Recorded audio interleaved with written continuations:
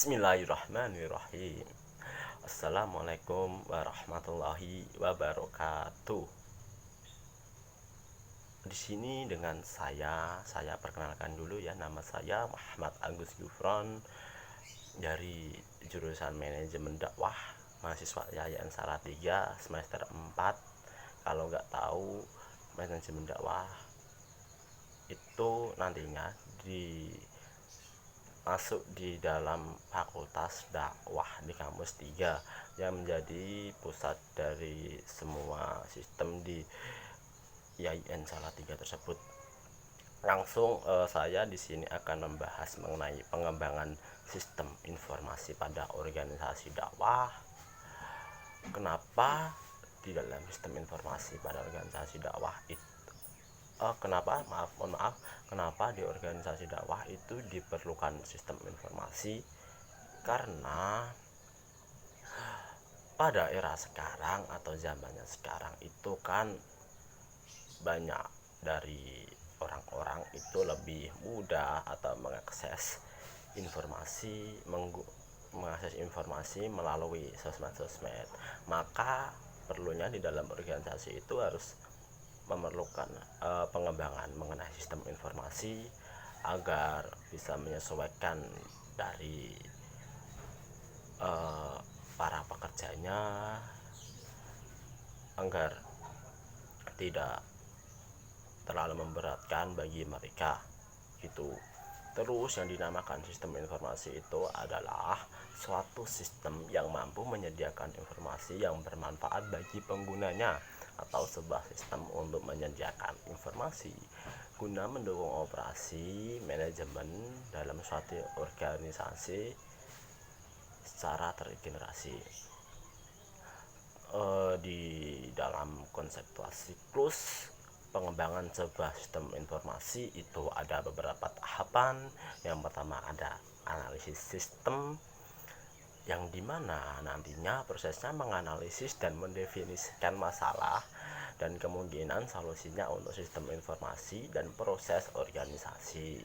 Terus yang kedua ada perencanaan sistem, merancang output input, struktur file program prosedur, perangkat keras dan perangkat lunak yang diperlukan untuk mendukung sistem informasi. Lah, ini maksudnya tadi ke perencanaan sistem.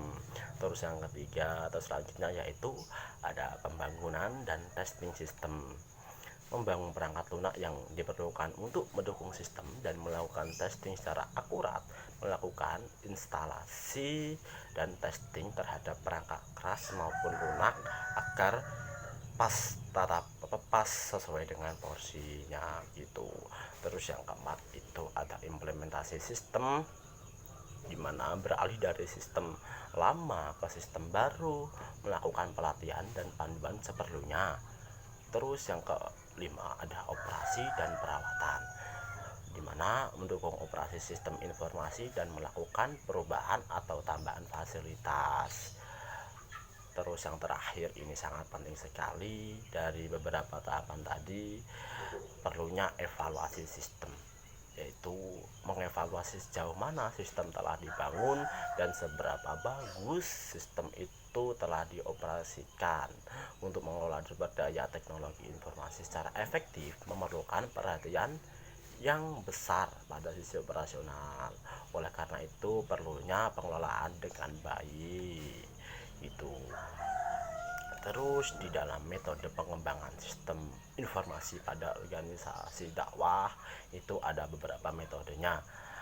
Yang pertama ada metode outsourcing. Metode ini merupakan salah satu metode pengelolaan teknologi informasi dengan cara memindahkan pengelolaannya pihak lain yang tujuan akhirnya adalah efektivitas dan efisiensi kerja itu. Ya, dari metode outsourcing ini kita dapat melihat bahwasannya metode ini harus digunakan juga sesuai dengan porsi-porsi yang akan kita terapkan gitu. Terus yang kedua ada metode insourcing. Metode insourcing ini atau bisa disebut juga dengan contracting, di mana suatu usaha pengembangan ICT dalam perusahaan dengan membentuk divisi khusus kompeten di bidangnya. Seperti contohnya adalah Departemen EDP Electronic Data Processing, atau merupakan metode pengembangan dengan dukungan sistem teknologi informasi yang dilakukan oleh staf pada suatu divisi fungsional dalam organisasi dengan atau tanpa bantuan dari ahli sistem informasi. Metode ini juga dikenal dengan user canvassing atau end user development. Dari metode ini kita bisa melihat nantinya pasti ada keuntungan ataupun kekurangannya. Yang pertama, ada keuntungan dari metode insourcing ini yaitu mempermudah komunikasi dalam pengembangan sistem karena kedekatan divisi IT dan user. Terus penerapan software atau hardware relatif lebih sesuai dengan kebutuhan perusahaan karena pengembangan sistem dilakukan oleh divisi IT perusahaan yang bersangkutan. Dari sisi biaya juga ini nantinya akan relatif murah. Jika terjadi masalah dengan sistem maka responnya akan lebih cepat. Terus metode ini juga lebih fleksibel karena perusahaan dapat meminta perubahan sistem pada karyawannya sendiri tanpa harus mengeluarkan tadi yaitu biaya lagi atau biaya tambahan. Sementara dari kekurangannya yaitu nantinya dapat membuat kinerja karyawan cenderung menurun ketika sudah menjadi pegawai tetap karena faktor kenyamanan yang dimiliki oleh pegawai tetap. Terus tidak ada batasan biaya dan waktu yang jelas karena tidak ada target, dan kalaupun ada target tidak ada punishment yang jelas ketika target tidak dapat tercapai. Terus dapat membuat kebocoran data yang dilakukan oleh karyawan atau pekerja IT dikarenakan tidak ada reward dan punishment yang jelas. Terus pengembangan sistem dengan teknik SDLC cenderung lambat dan mahal. Yang terakhir nantinya bisa end user tidak terlihat secara langsung sehingga terdapat kemungkinan hasil implementasi sistem tidak sesuai dengan kebutuhan end user. Selanjutnya saya akan membahas mengenai penerapan pengembangan sistem informasi pada organisasi dakwah. 3 dari sasaran utama dari penerapannya itu ada memperbaiki efisiensi kerja dengan melakukan otomasi berbagai proses yang mengelola informasi. Yang kedua, meningkatkan keefektifan manajemen dengan memuaskan kebutuhan informasi guna pengambilan keputusan. Ketika memperbaiki daya saing atau meningkatkan keunggulan kompetitif organisasi dengan mengubah gaya dan cara berbisnisnya. Ketiga sasaran tersebut dapat tercapai jika penerapannya itu berjalan secara optimal dan perlu adanya keselarasan antara strategi sistem informasi dengan strategi bisnis organisasi, di mana nantinya strategi bisnis akan memberikan arahan terhadap tercapainya apa? Tercapainya suatu goal organisasi gitu. Terus juga di dalam penerapan pengembangan metode sistem informasi ini juga perlunya keahlian khusus yang terkait menjawab pertanyaan nantinya agar organisasi ini bisa berjalan dengan baik atau seefektif mungkin atau sesuai dengan porsinya gitu. Perlu adanya strategi yang pas agar tidak melenceng dari visi dan misi dari organisasi tersebut. Maka dapat kita terapkan dengan beberapa hal, yaitu dari beberapa pertanyaan terlebih dahulu kita mengapa suatu bisnis dijalankan, kemana tujuan dan arah bisnis. atau arah bisnis dari organisasi tadi. Terus ada kapan tujuan tersebut akan dicapai, bagaimana cara mencapai tujuan, dan adakah perubahan yang harus dilakukan.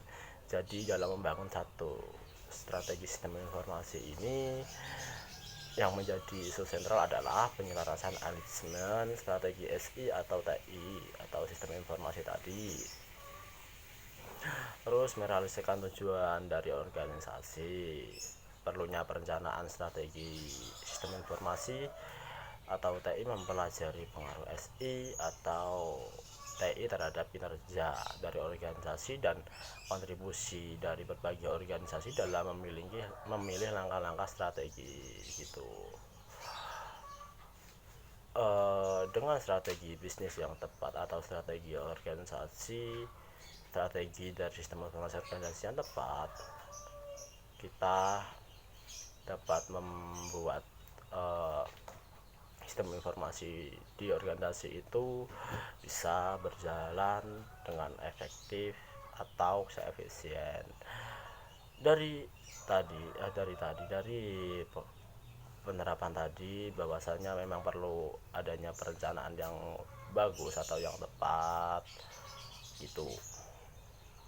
Terus adanya lagi dari perencanaan strategi itu juga ada beberapa metode-metode yang kita bisa terapkan gitu. Yang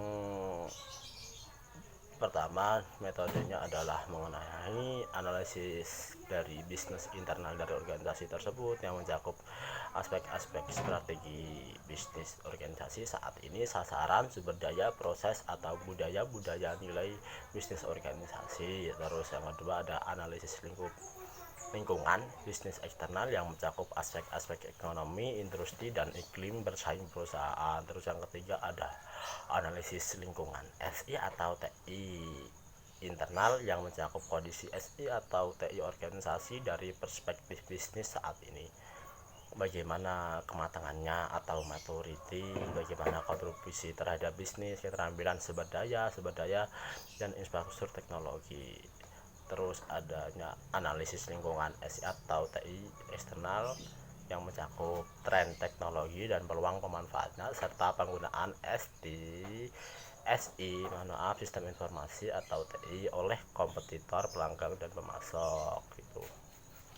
Strategi SI sistem informasi bisnis juga mencakup bagaimana setiap unit atau fungsi bisnis akan memanfaatkan SI atau TI untuk mencapai sasaran bisnisnya. Itu tadi yang bisa saya sampaikan mengenai sistem informasi pengembangan manajemen dakwah ini. Sekian dari saya, apabila ada kesalahan ataupun kekurangan mohon dimaafkan dengan sebesar-besarnya, dan apabila ada kelebihan dan kesempurnaan itu hanya milik Allah Subhanahu wa taala. Saya akhiri, wassalamualaikum warahmatullahi wabarakatuh.